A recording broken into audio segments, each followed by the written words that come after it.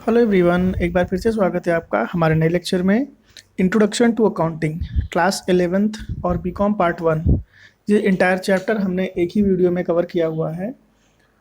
इसमें अप्रॉक्स सारे ही topic important जितने भी हैं वो मैंने इस इंटायर वीडियो में कवर किया हुआ है।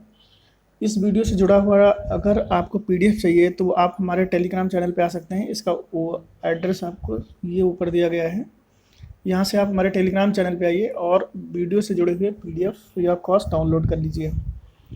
जो टॉपिक हैं इस टोटल इंटायर चैप्टर में वो है 12, जहाँ पे meaning and definition of accounting, characteristics of accounting, objectives of accounting, functions of accounting, advantage of accounting, limitation of accounting, role of accounting in business, accounting process, book keeping, accounting and accountancy, accounting information system, user of accounting information and systems of accounting. ये total 12 topic हैं जो एक ही video में cover हैं। तो आप video शुरू से अंत तक देखिएगा ताकि आपका कॉन्सेप्ट एकदम क्लियर हो जाए अकाउंट्स को लेके। आइए स्टार्ट करते हैं मीनिंग से। Accounting is a systematic process of identify, measuring, recording, classifying, summarising, interpreting and communicating financial information to the user. Accounting एक ऐसा प्रोसेस है जो ट्रांजैक्शन को आइडेंटिफाई करता है, पहचानता है कि वो किस नेचर का ट्रांजैक्शन है, पर्सनल है, रियल है, नॉमिनल है। उसको मेज़र करता है। मेज़र किस टर्म्स में करेगा? जिस कंट्री में हम अकाउंटिंग कर रहे हैं वहाँ की करेंसी में। उसको रिकॉर्ड करता है प्रॉपर, जिस बुक्स में उसको रिकॉर्ड करना होता है। क्लासीफाई करता है, समराइज करता है। समराइज इन द सेंस वो उसको ट्रायल बैलेंस में ले जाता है। लेज़र ट्रायल बैलेंस के बाद ट्रेडिंग प्रॉफिट और बैलेंस शीट में ले जाता है। इंटरप्रेट करता है और जितना भी उसका अपने फाइनेंशियल इंफॉर्मेशन होती है वो अपने यूज़र्स को कम्युनिकेट करता है, बताता है थ्रू आउट अकाउंटिंग। अब अकाउंटिंग क्या है? अकाउंटिंग क्या है? बिजनेस की एक लैंग्वेज होती है जिसमें हम अपनी सारी सूचनाओं का आदान प्रदान करते हैं। अब इसमें कौन कौन सी इन्फॉर्मेशन है जो गिवन रहती है? पहली इन्फॉर्मेशन है द रिसोर्सेज अवेलेबल, कौन कौन से रिसोर्सेज अवेलेबल हैं जिनसे हमें डाटा मिल रहा है। पॉइंट नंबर 2 है how the available resources have been employed. अब वो कौन कौन से रिसोर्सेज हैं, कौन कौन से संसाधन हैं जो लगाए गए हैं इसके लिए। The result achieved by there use, और उसको यूज़ करने से हमें क्या क्या रिजल्ट मिला है। It show the profit earn और लॉस इनकर during the accounting period, value and nature of assets, liability and owners equity that is capital.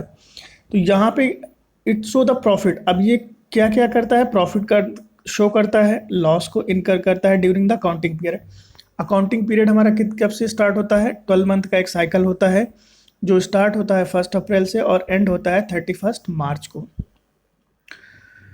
Since accounting is a medium of communication, तो अकाउंटिंग क्या है? Communication का एक माध्यम है जो बिजनेस की लैंग्वेज होती है। It is called the language of business. ये बिजनेस की एक लैंग्वेज होती है। American institute of certified public accountants, इन्होंने कुछ कहा है अकाउंटिंग के बारे में। Accounting is the art of recording, classifying and summarising in the significance manner and in terms of money transaction and events which are in part at least of a financial character and interpreting the result thereof।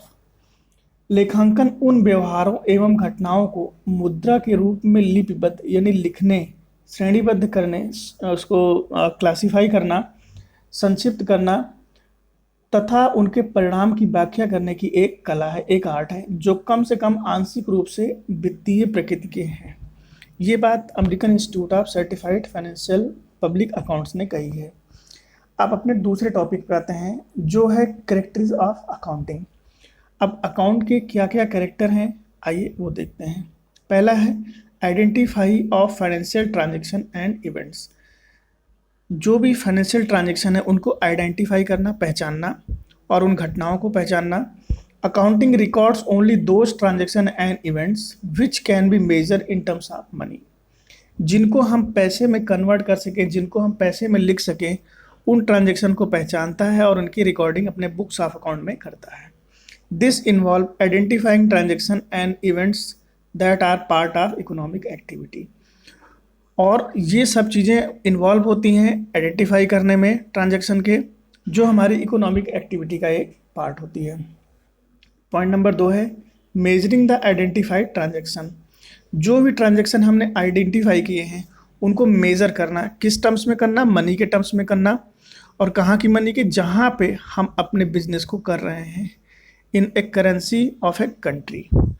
In other word financial transaction and events are measure in terms of money. तो उनको हम पैसे में किस तरीके से लिख सकते हैं। रिकॉर्डिंग थर्ड पॉइंट है, recording is an art of business transaction in the books of account. देखिए अकाउंटिंग क्या है, एक कला है जहाँ पे हम ट्रांजैक्शन को किस तरीके से, बिजनेस ट्रांजैक्शन को अपनी बुक्स ऑफ अकाउंट में रिकॉर्ड करते हैं। Recording is the process of recording business transaction of financial characters in the books of original entry that is general. जो भी अकाउंटिंग प्रोसेस होगा, जो भी बिजनेस ट्रांजैक्शन होंगे, उनको हम अपनी ओरिजिनल बुक्स ऑफ एंट्री में रिकॉर्ड करेंगे जो जनरल है। This book is further subsidies into subsidiary book such as cash journal or cash book for recording cash transaction, purchase journal or purchase book for recording credit purchase of goods, sale book. देखिए हमारी 8 subsidiary book होती हैं। Journal के अलावा cash book है, sales book है, purchase book है, sales return, purchase return, bills receiver, bills payable और जनरल प्रॉपर। तो इन सब में जहाँ पे भी रिक्वायरमेंट हो वहाँ पे जनरल के थ्रू वो चीज़ें पहुँच जाती हैं, अपने आप रिकॉर्डिंग हो जाती है। उसके बाद है क्लासीफाइंग करना। पॉइंट नंबर 4 है classifying is the process of grouping transaction or entries of one nature at one place. देखो क्लासीफाई करना, जैसे किसी का करेक्टर है कि वो आपका पर्सनल अकाउंट है, तो पर्सनल अकाउंट से जुड़े हुए जितने भी इवेंट्स होंगे वो सब अकाउंटिंग ट्रांजेक्शन एक ही जगह रिकॉर्ड हो जाएंगे। जैसे एग्जांपल दिया गया है, Sachin account in the ledger, all business related to Sachin are posted so that what is ultimately due to Sachin or due from Sachin can be as certain। तो इसका निश्चय कहाँ पे होगा, उसके पर्सनल अकाउंट में होगा। इसको पर्सनली क्लासीफाई किया जाएगा उनके पर्टिकुलर अकाउंट के थ्रू। नेक्स्ट पॉइंट है summarising, the involve presenting the classifying data in a manner which is understandable and useful for internal as well as external user of accounting. जो भी डाटा हम summarise करेंगे, जो भी चीज़ें हम प्रेजेंट करेंगे, क्लासीफाई करेंगे डाटा को, उसको समझने के लिए हम अपने इंटरनल और एक्सटर्नल यूज़र के लिए बहुत ही ज़्यादा लाभदायक होती है। जैसे कैसे ये यूज़फुल होगी, तो सबसे पहली चीज़ है कि वो ट्रायल बैलेंस हमारे पास होना चाहिए, trading and profit and loss होना चाहिए, जो ये बता सके कंपनी को प्रॉफिट हुआ है या लॉस हुआ है इन केस ऑफ कंपनीज। और लास्ट है balance sheet, the above statement आज collective known as the statement, यानी बैलेंस शीट। 3 चीज़ें हमारी होंगी तभी हम इसको समराइज़ कर सकते हैं, यानी जितने भी हमारे ट्रांजैक्शन हुए हैं उनको, जो हमने जर्नल एंट्रीज़ की हैं, लेज़र बनाए हैं, इन सब को ये एक प्रॉपर फॉर्म में हुए हैं, इनको समराइज़ करने के लिए हमें trial balance, trading and profit and loss और बैलेंस शीट बनानी पड़ेगी, तभी ये सब समराइज होंगे। Analysis and interpretation, point number 6 है analysis and interpret are carried out so that the user of financial data are carried out so that the user of financial data can be make a meaningful judgment of the profitability and financial position of the business। जब पूरी की पूरी report उनके पास होगी, पूरी की पूरी trading account होगा, प्रॉफिट एंड लॉस होगा, बैलेंस शीट होगा, तभी वो मैनेजमेंट या यूज़र इसको क्या कर पाएगा, उसको एनालिसिस कर पाएगा और उसी से वो उसको इंटरप्रेट कर पाएगा कि हमारी फाइनेंशियल पोजीशन क्या है, बिजनेस में हमें प्रॉफिट है या लॉस है। लास्ट पॉइंट है कम्युनिकेटिंग। कम्युनिकेटिंग हम किसको करेंगे, कम्युनिकेटिंग तभी करेंगे जब हमारे पास सारी की सारी इन्फॉर्मेशन अकाउंटिंग की होगी, यानी बिजनेस की फाइनेंशियल पोजीशन हो, सब कुछ हो, तब हम अपने जो भी यूज़र्स होंगे उनको अपने बिजनेस से रिलेटेड सभी सूचनाओं का आदान प्रदान करेंगे। Finally the accounting function involve communicating the financial data that is financial statement to its user. अपने यूज़र को वो financial data, financial statement provide कराएंगे। The accounting information must be provide in time and presented to user so that appropriate decision may be taken at the right time. जहाँ पे जो हमारे user होंगे, जो इन्वेस्टर होंगे, हमारी अकाउंटिंग जो इन्फॉर्मेशन है उसको देख के वो इन्वेस्टमेंट करेंगे हमारे बिजनेस में।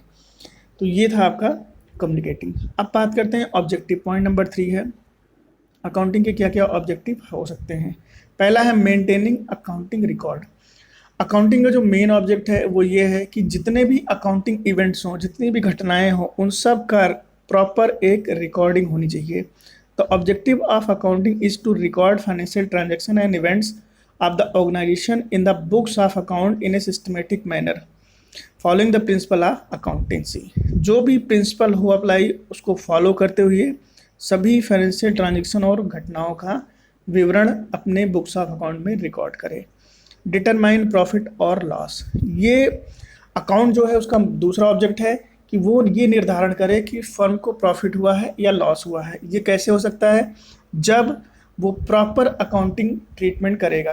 यानी another object of accounting is to determine the net result of the transaction for a period. Particular period का मतलब हुआ 1 अप्रैल से 31 मार्च, यानी 12 मंथ का जो पीरियड है। In other words, to determine whether during the accounting period the firm has earned a profit or incur a loss, for the purpose a statement called income statement or trading and profit and loss account is prepared।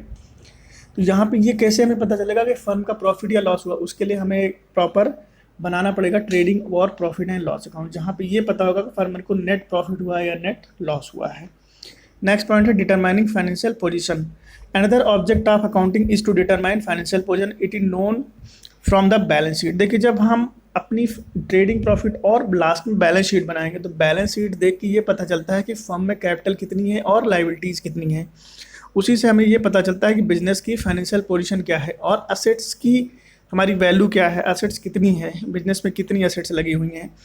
Another object of account is to determine financial position, it is known from the balance sheet. Financial position of the business is as relevant from the user of financial statement as in the income statement. Income statement यानी profit and loss, statement of profit and loss in case of company.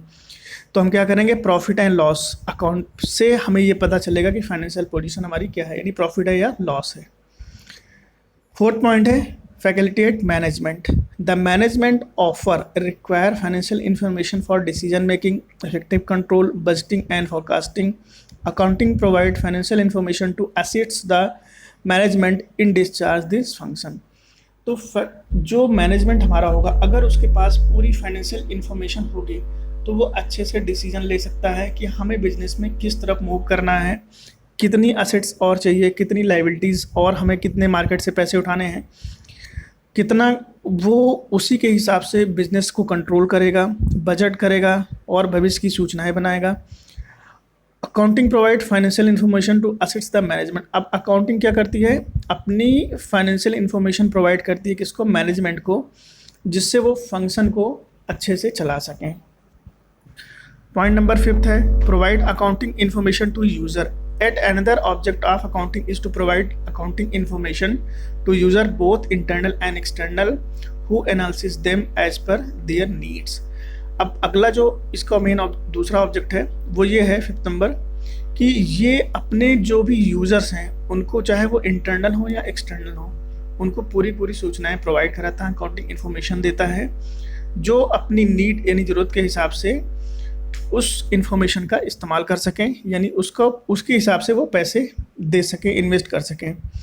6 है protecting business assets. Another object of accounting is to have record of assets owned by business. Accounting maintain record of assets owned by business which enable the management to protect them and excise control. तो business की जो भी assets होंगी वो किस तरीके से अच्छे से रखी जा सकें, प्रोटेक्ट हो सकें, इसकी भी ये भी एक ऑब्जेक्ट है अकाउंट का। अब बात करते हैं स्टेप नंबर 4, यानी हमारा जो चौथा मेन स्टेप है, टॉपिक है, उस पे आते हैं function of accounting. Maintain accounting records, यानी सिस्टम से प्रॉपर तरीके से अकाउंटिंग रिकॉर्ड को मेंटेन करना। The primary function of accounting is to maintain systematic accounting record of financial transaction and events. It means the accounting record should be maintained following the accounting rule, principle and concept is to because reliable financial statement can be drawn in if proper accounting record are maintained। जब एक account यानी जो भी accounting हम कर रहे हैं अगर वो प्रॉपर मैनर में हुई है, प्रॉपर तरीके से हुई है, अकाउंट को फॉलो करते हुए हुई है, प्रिंसिपल और कॉन्सेप्ट को फॉलो करते हुई है, तो वो डेफिनेटली सही होगी और एक्सेप्टेबल होगी एवरी प्लेस पे। Preparation of financial statement. Financial statement banana, financial statement बनाने का मतलब क्या होता है कि हमें ट्रेडिंग बनानी है, प्रॉफिट लॉस बनानी है और बैलेंस शीट प्रिपेयर करनी है जो ये बता सके कि हमारे बिजनेस की फाइनेंशियल पोजीशन क्या है, जिससे ये डिसीजन लिया जा सके कि हमें फ्यूचर में क्या करना है। नेक्स्ट है meeting legal requirement. Accounting record are accept as evidence by court of law if they are maintained systematically followed the accounting rules principle and concept। किसी भी प्रकार की क्राइसिस हो जाए उस कंडीशन में अकाउंटिंग रिकॉर्ड जो होते हैं वो पूरी तरीके से एज ए एविडेंस लिए जाते हैं कोर्ट ऑफ लॉ में। जो सिस्टम से बना हुआ अकाउंट है, प्रिंसिपल और कॉन्सेप्ट को फॉलो करते हुए अकाउंटिंग रिकॉर्ड जो हमने मेंटेन किया हुआ है वही एक्सेप्टेबल होता है कोर्ट में किसी भी कंडीशन में। पॉइंट नंबर 4 है communicating the financial information. Management often require financial information which is given the accuracy accounting records which is turn help the management in the decision making. अब ये जो फाइनेंशियल इन्फॉर्मेशन होती है ये management को provide कराई जाती है जिससे वो ये डिसीजन ले सकते हैं कि हमें क्या करना है। अब अपने स्टेप 5 पे बात करते हैं advantage of accounting. Advantage of accounting में पहला है financial information about business. Financial performance during the accounting period that is profit earn और loss incurred and also the financial position at the end of the accounting period is known throughout accounting. देखिए जो भी business से related हमारी चीज़ें होंगी जैसे profit है या लॉस है या फाइनेंशियल पोजीशन बिजनेस की क्या है ये हम अकाउंटिंग के थ्रू ही जान सकते हैं। पॉइंट नंबर 2 है assets to management। The management make business plan, take decision and exercise control over the affair of on the basis of accounting information। Management जो होता है वो बिजनेस प्लान कब करता है जब उसके पास प्रॉपर अकाउंटिंग इन्फॉर्मेशन होती है तभी वो बिजनेस प्लान कर सकता है और उसी के द्वारा वो अपने बिजनेस की एक्टिविटी को कंट्रोल भी कर सकता है। थर्ड पॉइंट है replace memory. A systematic and timely recording the transaction obviate the necessary to remember transaction। The accounting record provide the necessary information regarding this। तो यहाँ पे जो सिस्टमेटिक अगर तरीके से कोई भी ट्रांजेक्शन को रिकॉर्ड किया गया है तो वो हमारी मेमोरी को याद दिलाता है कि हाँ हमने पहले ये काम किया था। पॉइंट नंबर 4 है फैसिलिटेट कंपेरेटिव स्टडी। अब यहाँ पे systematic record enable a businessman to compare 1 year result with those of other year and locate significantly factor leading to change if any. देखिए पिछले साल बिजनेस ने क्या किया था और इस साल बिजनेस क्या कर रहा है, तो जब बिजनेस की इन्फॉर्मेशन प्रॉपर होगी तभी वो कंपेयर कर सकता है कि पिछले साल हमने ये बिजनेस रन किया था और इस साल कुछ और किया है। तो अगर बिजनेस में कुछ भी डिफिशियंसी होगी या कुछ कमी होगी या अपनी नीड्स को पूरा नहीं कर पा रहा होगा तो वो पिछली रिकॉर्डिंग के हिसाब से पिछली जो भी उसने इवेंट्स किए हुए हैं उनके हिसाब से अपने बिजनेस को रन कराएगा। पॉइंट नंबर 5 है facilitate settlement of tax liability. Tax किस प्रकार से पेमेंट करनी है ये एक सिस्टमेटिक रिकॉर्ड के थ्रू ही हो सकता है। वो जीएसटी क्या पे करेगा, इनकम टैक्स क्या पे करेगा, तो ये सब प्रॉपर एविडेंस के साथ में ही वो पेमेंट करेगा। पॉइंट नंबर 6 है फैसिलिटेट लोन। जब भी कंपनी को लोन की रिक्वायरमेंट होगी बैंक से यानी फाइनेंशियल इंस्टीट्यूट से तो वो क्या करेगा अपने फाइनेंशियल डाटा को ले जाएगा बैंक के पास ले जाएगा और अपनी बैलेंस शीट दिखाएगा और उसके बेसिस पे लोन पास करा लेगा जिससे उसको एज पर रिक्वायरमेंट उसको पैसे की जो भी नीड होगी वो पूरी हो जाएगी। Evidence in court. Systematic record से अगर कोई भी डाटा हमने रिकॉर्ड करके रखा हुआ है अगर कोई क्राइसिस होती है तो उस कंडीशन में हमारे जो भी अकाउंटिंग रिकॉर्ड होंगे वो एज एविडेंस पेश हो जाएंगे कोर्ट में और वो एक्सेप्टेबल होंगे। पॉइंट नंबर 8 है facilitate sale of business. If someone desire to sell his business the account him will enabled ascertain on the proper purchase price. अगर आपके पास प्रॉपर रिकॉर्डिंग है अकाउंट्स की जिससे आप जब अपने बिजनेस को बेचते हैं तो उस कंडीशन में क्या होता है बिजनेस की फाइनेंशियल पोजीशन को देखते हुए ही बिजनेस का जो प्राइस मिलेगा आपको वो उसी के अकॉर्डिंग मिलेगा। अगर आपकी साउंडनेस बहुत अच्छी है बिजनेस की तो आपको अच्छे पैसे मिलेंगे अगर आप अपने बिजनेस को सेल करते हैं। Assistant in the events of insolvency. अगर आपकी फर्म इंसॉल्वेंट होती है किसी भी कंडीशन में तो वहाँ भी आपको असिस्ट करेगा, आपका फाइनेंशियल ट्रांजैक्शन यानी अकाउंटिंग रिकॉर्ड आपको असिस्ट करेगा। Insolvency proceeding involve explaining sections that have taken place in the past. Systematic accounting record assist a great deal in such situation. ऐसी कंडीशन में भी आपको अच्छी सी राय आपको अकाउंट के थ्रू मिल जाएगी। पॉइंट नंबर 10 है हेल्पफुल इन पार्टनरशिप अकाउंट। जब भी आप प्रॉपर अकाउंटिंग करते हैं तो उसके लिए पार्टनरशिप जैसे अकाउंट में बिजनेस में तो आपको अकाउंटिंग बहुत ही इंपॉर्टेंट है। और एडमिशन हो, रिटायरमेंट हो, डेथ हो या डिसोल्यूशन हो, किसी भी कंडीशन में आपके लिए अकाउंटिंग रिकॉर्ड रखना बहुत ज़रूरी है, क्योंकि वहाँ पे कभी भी सेटलमेंट करने की रिक्वायरमेंट हो सकती है। लास्ट पॉइंट है helpful in decision making. Accounting help in taking a large number of decision like the amount of withdraw by proprietor, the price of which goods be sold ETC। तो decision making में बहुत important है कि कितना पैसा proprietor withdraw कर रहा है या कौन सी प्राइस पे गुड्स हमें बेचनी है या खरीदनी है। बात करते हैं लिमिटेशन ऑफ अकाउंटिंग की। पहला है accounting is not fully exact. Accounting पूरी तरीके से एग्जैक्ट नहीं है, क्योंकि कई बार क्या होती है इसमें कुछ चीज़ें ऐसी होती हैं जो रिकॉर्ड नहीं होती, कुछ घटनाएं रिकॉर्डिंग हम नहीं कर पाते हैं। जैसे estimate the useful life of an asset. Particular जो असेट्स हम खरीदते हैं बिजनेस के लिए, उसकी जो लाइफ होती है वो हम अपने मन से 10 साल 5 साल लगा लेते हैं, जबकि उसकी लाइफ और ज़्यादा होती है, जो बिज़नेस के लिए लॉस करती है। प्रोवाइडिंग फॉर डाउटफुल डेब्ट्स जैसे हम प्रोवाइड करते हैं कि हाँ 1 साल हमारा पैसा नहीं मिला, किसी को हमने उधार दिया है, तो उसको हम डाउटफुल डेब्ट्स में डाल देते हैं। Net realisable value of closing stock.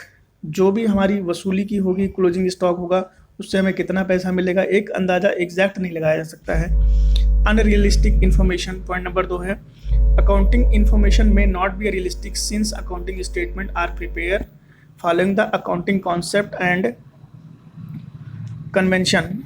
देखिए अकाउंटिंग इन्फॉर्मेशन कई बार अनरियलिस्टिक होती हैं। जैसे एग्जांपल में देखिए under the going concern concept it is take that business will continue for a foreseeable future. अब गोइंग कंसर्न कॉन्सेप्ट को ले लीजिए तो कोई भी बिजनेस जो होता है वो हमेशा चलता ही रहेगा।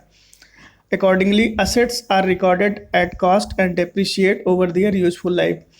इसके हिसाब से अगर इस अकाउंटिंग प्रिंसिपल को हम फॉलो करते हैं तो अकाउंटिंग में जो भी असेट्स होगी वो रिकॉर्ड होगी एट कॉस्ट पे और डेप्रिशिएट होगी उसकी यूज़फुल लाइफ पे। जैसे हम मान लेंगे कि हमने एक फर्नीचर लिया, उसकी यूज़फुल लाइफ 5 साल है, तो उसी के अकॉर्डिंग उसको हम डेप्रिशिएट करेंगे।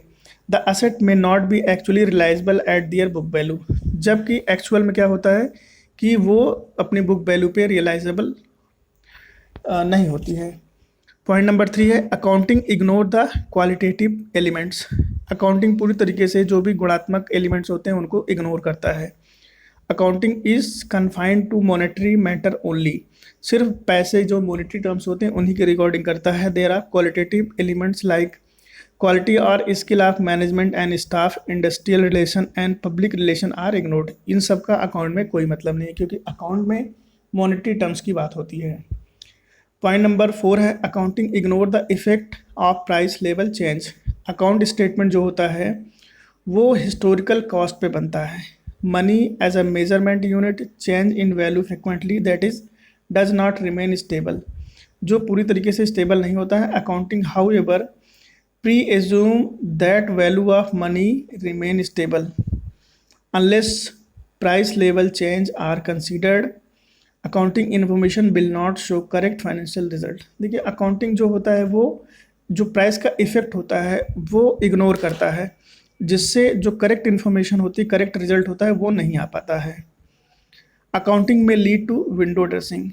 The term window dressing means manipulate of accounting in a way so as to conceal virtual fact and present the financial statement to show a better position than what is actually in. In this situation, income statement fail to provide a true and fair view of the result of operation and balance sheet fails to provide a true and fair view of the financial position of the enterprise। कई बार क्या होता है बीच में requirement के हिसाब से हम अपने डाटा को मैनिपुलेट कर देते हैं, एंट्रीज़ को मैनिपुलेट कर देते हैं, जिससे एक्चुअल फाइनेंशियल पोजीशन का पता ही नहीं चल पाता है। तो यहाँ पे भी ये एक थोड़ी सी प्रॉब्लम है। अब बात करते हैं role of accounting in business. Accounting का जो रोल है वो बहुत ही इंपॉर्टेंट है किसी भी बिजनेस के लिए। जो अकाउंटिंग है एक प्रॉपर एक प्रोसेस है जो डाटा को आइडेंटिफाई करता है, मेज़र करता है, रिकॉर्ड करता है, क्लासीफाई करता है, समराइज करता है, एनालिसिस करता है, इंटरप्रेट करता है और कम्युनिकेट करने के साथ साथ यूज़फुल इंफॉर्मेशन प्रोवाइड कराता है बिजनेस ट्रांजैक्शन से संबंधित। Following points highlight the role of accounting in the field of business. अब देखिए कौन कौन सी इसमें इंफॉर्मेशन है जो बिजनेस के लिए है, हाईलाइटेड है। पहला है maintain of systematic record. Account already systematic record को मेंटेन करता है। असिस्ट टू मैनेजमेंट, मैनेजमेंट को असिस्टेंस देता है कि वो जब फाइनेंशियल पोजीशन इन बिजनेस से संबंधित जब भी कोई जानकारी मिलेगी तो वो उसके अकॉर्डिंग ही वो डिसीजन मेकिंग लेंगे। फैसिलिटेट कंपेरेटिव स्टडी, पिछले साल के डाटा, इस साल का डाटा या उससे पहले का कोई डाटा हो तो उसके द्वारा वो कंपेरेटिव स्टडी करते हैं और एक ये एविडेंस है कोर्ट में। तो ये है रोल ऑफ अकाउंटिंग। अब बात करते हैं accounting process and accounting cycle की। अकाउंटिंग प्रोसेस में सबसे पहले आपके ट्रांजैक्शन होंगे, देन जनरल होगा, लेजर होगा, ट्रायल बैलेंस होगा। तो ये एक पूरा का पूरा साइकिल है जो हम इस एक डायग्राम से देख लेते हैं। सबसे पहले आपके होंगे फाइनेंशियल ट्रांजैक्शन एंड इवेंट्स। कोई भी फाइनेंशियल ट्रांजैक्शन होगा तभी अकाउंटिंग हो सकती है, उसकी प्रॉपर रिकॉर्डिंग हम कहीं ना कहीं करेंगे। अब रिकॉर्डिंग करने के लिए हमारे पास 8 बुक्स हैं। कैश बुक है, परचेज बुक है, सेल बुक है, purchase return, sales return, bills payable, bills receivable और जनरल प्रॉपर। इन्हीं में हम अपने ट्रांजैक्शन को की रिकॉर्डिंग करेंगे। उसके बाद उसका क्लासिफिकेशन करेंगे जहाँ पे हम उसको लेज़र में ट्रांजैक्शन करेंगे, लेज़र में ले जाएंगे।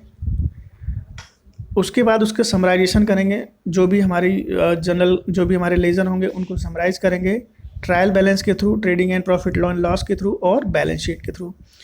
उसके बाद जब ये हमारा डाटा बन जाएगा, समराइज हो जाएगा, तो डाटा को हम एनालिसिस करेंगे, इंटरप्रेट करेंगे और कम्युनिकेट करने के लिए भेज देंगे अपने यूज़र के पास। क्योंकि जब हमारी फाइनेंशियल पोजीशन यहाँ से आ जाएगी तब हम मार्केट में जाएंगे, यानी मैनेजमेंट एनालिसिस करेगा कि वो डाटा सही है, नहीं सही है, बिजनेस की क्या पोजीशन है, पैसे की रिक्वायरमेंट होगी तो वो मार्केट में पब्लिश करेगा अपनी रिपोर्ट को। तो ये है अकाउंटिंग प्रोसेस। और अकाउंटिंग साइकिल और प्रोसेस अप्रॉक्स सेम ही है। जनरलाइज होंगे ट्रांजैक्शन को, पोस्टिंग की जाएगी उनकी पर्टिकुलर जनरल में और बैलेंसिंग किया जाएगा लेज़र के थ्रू। ट्रायल बैलेंस बनाएंगे, income statement, trading profit and loss और बैलेंस शीट यहाँ पे बनेगी आपकी। तो ये टोटल 6 स्टेप हैं अकाउंटिंग साइकिल के। बात करते हैं book keeping, accounting and accountancy की। बुक कीपिंग, अकाउंटिंग और अकाउंटेंसी एक दूसरे से मिले हुए हैं, एक दूसरे के पार्ट हैं और बस इसमें ये है कि कौन कितना बड़ा है, कौन कितना छोटा है, जो इस डायग्राम से आपको क्लियरली समझ में आएगा। बुक कीपिंग का ये पार्ट है अकाउंटिंग और accountancy. Book keeping is a part of accounting, accounting is a part of accountancy. तो ये है book keeping, accounting and accountancy, ये इनका रिलेशनशिप है। अकाउंटिंग इन्फॉर्मेशन क्या है? Accounting information is a service activity, एक सर्विस एक्टिविटी है जहाँ पे इसके जो फंक्शन होंगे वो क्वालिटेटिव इन्फॉर्मेशन यानी जो गुणात्मक सूचनाएं होंगी उनको जो प्राइमरी होंगी अपने नेचर से, फाइनेंशियल नेचर से, वो एक इकोनॉमिक एक्टिविटी के थ्रू अपने इकोनॉमिक डिसीजन लेने के लिए बहुत ही ज़्यादा यूज़फुल होती है अकाउंटिंग इन्फॉर्मेशन। और अब बात करेंगे अगर टाइप ऑफ अकाउंटिंग इन्फॉर्मेशन की, तो पहली इन्फॉर्मेशन की जो टाइप है वो है इन्फॉर्मेशन रिलेटिंग टू प्रॉफिट और सरप्लस। जो बिजनेस में प्रॉफिट हुआ है या सरप्लस हुआ है उसकी इन्फॉर्मेशन देना। Accounting relating to financial position, business की क्या फाइनेंशियल पोजीशन है, यानी उसकी असेट्स कितनी है, लायबिलिटी कितनी है और कैपिटल कितनी लगी हुई है। तीसरी है information about cash flow. Let us now discuss these in, इसकी ज़रूरत नहीं है। तो इन्फॉर्मेशन अबाउट कैश फ्लो, कितना कैश फ्लो हुआ है, कितना कैश हमारे पास है, कितना पैसा अभी आना है और कितना पैसा जा रहा है बिजनेस में ड्यूरिंग द ईयर। तो ये हम कैश फ्लो स्टेटमेंट में जानते हैं, यही है हमारी accounting information system. User of accounting, user of accounting में 2 तरीके के यूज़र होते हैं। पहला यूज़र होता है इंटरनल यूज़र और दूसरा होता है एक्सटर्नल यूज़र। अगर बात करें इंटरनल यूज़र की तो सबसे पहला यूज़र होता है ओनर। बिज़नेस का मालिक जो बिज़नेस में पैसा लगाता है उसको ये राइट होता है जानने का कि हमने जो बिज़नेस में पैसा लगाया हुआ है उस पैसे से कितना हमें प्रॉफिट हो रहा है, कितना हमारा रिस्क है, ये जानता है। और बिज़नेस में लॉस कितना है, क्या बिज़नेस में हमारी फाइनेंशियल पोजीशन कितनी है, ये सब जानने का राइट होता है ओनर को। तो अकाउंटिंग इन्फॉर्मेशन जो होती है वो ओनर के लिए काफ़ी इंपॉर्टेंट होती है। मैनेजमेंट जो होता है वो अकाउंटिंग इन्फॉर्मेशन के थ्रू डिसीजन मेकिंग लेता है, सेलिंग प्राइस फिक्स करता है, कॉस्ट कंट्रोल करता है, रिडक्शन करता है और इन्वेस्टमेंट करता है नए नए प्रोजेक्ट में। तीसरा जो यूज़र होता है एम्प्लॉय और वर्कर, जो एम्प्लॉय और वर्कर भी बहुत ही इंपॉर्टेंट होते हैं, क्योंकि वो जिस हिसाब से वो काम करते हैं उस हिसाब से कई बार उनको बोनस मिलता है। अगर फाइनेंशियल पोजीशन अच्छी है तो उनको अच्छा बोनस मिल जाएगा, फाइनेंशियल पोजीशन नहीं अच्छी है तो अच्छा नहीं मिलेगा। उसी हिसाब से उनको प्रोविडेंट फंड मिलेगा, इंश्योरेंस मिलेगा। तो फाइनेंशियल यानी इसकी जो इन्फॉर्मेशन है वो एम्प्लॉय और वर्कर्स के लिए भी उतनी ही इम्पोर्टेंट है। बात करते हैं एक्सटर्नल यूज़र की, तो पहला है banks and financial institute. Bank और फाइनेंशियल इंस्टीट्यूट जो होती है वो आपकी फाइनेंशियल इन्फॉर्मेशन देख के आपको लोन प्रोवाइड कराती है। अगर आपकी बिजनेस की फाइनेंशियल पोजीशन बहुत अच्छी है तो वो आपको अच्छे अच्छे लोन देगा, अच्छे लोन मतलब ज़्यादा लोन देगा, और अगर फाइनेंशियल पोजीशन कम अच्छी है तो आपको बिजनेस का लोन कम मिलेगा। इन्वेस्टर एंड पोटेंशियल इन्वेस्टर, देखिए इन्वेस्टर और पोटेंशियल इन्वेस्टर जो हमारे बिजनेस है अगर उसकी फाइनेंशियल इन्फॉर्मेशन बहुत अच्छी है, साउंडनेस बहुत अच्छी है, तो जो हमारे बिजनेस में जो लोग पैसा लगाते हैं, बाहर से जो लोग पैसा लगाते हैं, उनके मन में किसी प्रकार का कोई डाउट नहीं होगा कि हाँ हमारा पैसा कहीं डूबेगा। उनको ये लगेगा कि हाँ हमारा पैसा सेफ है और अच्छी जगह हम पैसा इन्वेस्ट कर रहे हैं। क्रेडिटर्स नेक्स्ट पार्टी है हमारी, are those party who supply goods और सर्विसेज ऑन क्रेडिट। अब क्रेडिटर कौन होता है? जो हमें यानी बिजनेस को क्रेडिट पे सामान देता है। अगर कोई भी क्रेडिटर होगा जो अच्छे से सामान हमें सप्लाई करता होगा तो बिजनेस की जो स्टेटमेंट होगी, फाइनेंशियल पोजीशन होगी, उसको देखते हुए अगर बहुत अच्छी पोजीशन है तो ज़्यादा क्रेडिट पे देगा, कम अच्छी है तो कम क्रेडिट पे देगा। तो डिपेंड करता है फाइनेंशियल इन्फॉर्मेशन कितनी अच्छी उसके पास पहुंची हुई है। इसके बाद है government and it's authorities. Government and it's authority, government ये जानना चाहती है कि आपने जो भी चीज़ें, जो भी पैसे अर्न किए हैं ड्यूरिंग द ईयर, क्या उसकी करेक्ट इन्फॉर्मेशन हमारे पास आई है, यानी आपने कोई टैक्स तो चोरी तो नहीं किया है। तो गवर्नमेंट के लिए भी उतनी ही इंपॉर्टेंट है आपकी फाइनेंशियल इन्फॉर्मेशन को जानना। लास्ट टॉपिक है सिस्टम ऑफ अकाउंटिंग। अकाउंटिंग के दो सिस्टम है, पहला है डबल एंट्री सिस्टम और लास्ट है सिंगल एंट्री सिस्टम। बात करते हैं डबल एंट्री सिस्टम की। जब कोई भी ट्रांजेक्शन को हम अपनी बुक्स ऑफ अकाउंट में रिकॉर्ड करते हैं तो उसको बोला जाता है डबल एंट्री सिस्टम, यानी दोहरा लेखा प्रणाली।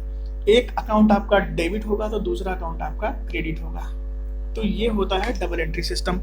और बात करेंगे अगर सिंगल एंट्री सिस्टम, जिसको हम इनकम्प्लीट रिकॉर्ड भी कहते हैं, ये पूरी तरीके से अनसिस्टमेटिक अकाउंटिंग प्रोसेस है जहाँ पे हम अपने ट्रांजेक्शन को सिर्फ एक ही तरफ से रिकॉर्ड करते हैं।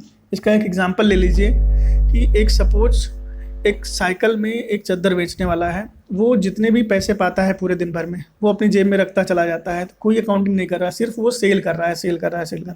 तो वो एक क्या है, वो एक सिंगल एंट्री सिस्टम की तरीके से होता है जो अपनी बुक्स ऑफ अकाउंट को मेंटेन नहीं करता, लेकिन लास्ट में उसको रिक्वायरमेंट होती है तो वो सीए के पास जाता है, बोलता है भैया सीए भैया मेरा ये आप बैलेंस शीट बना दीजिए। तो वो बोलेगा किस सूचना के आधार पर बना दे भाई? तो बोलेगा मैंने इतने सामान बेचे हैं। तो वो ये जो इन्फॉर्मेशन होती है इसको हम बोलते हैं इनकम्प्लीट रिकॉर्ड, यानी सिंगल एंट्री सिस्टम। ये आपका जो वीडियो था वो पूरा का पूरा चैप्टर 1 पे बेस्ड था, बीकॉम 1 और क्लास 11th के लिए। देखिए अपने दोस्तों में ज़्यादा से ज़्यादा इसको शेयर करिए ताकि वो ज़्यादा से ज़्यादा ये सूचनाएं मिल सकें, और हमारे चैनल पे आपको क्लास 11 से संबंधित सारे के सारे लेक्चर मिलेंगे। आप हमारे वीडियो के साथ जुड़े रहिए। Thank you.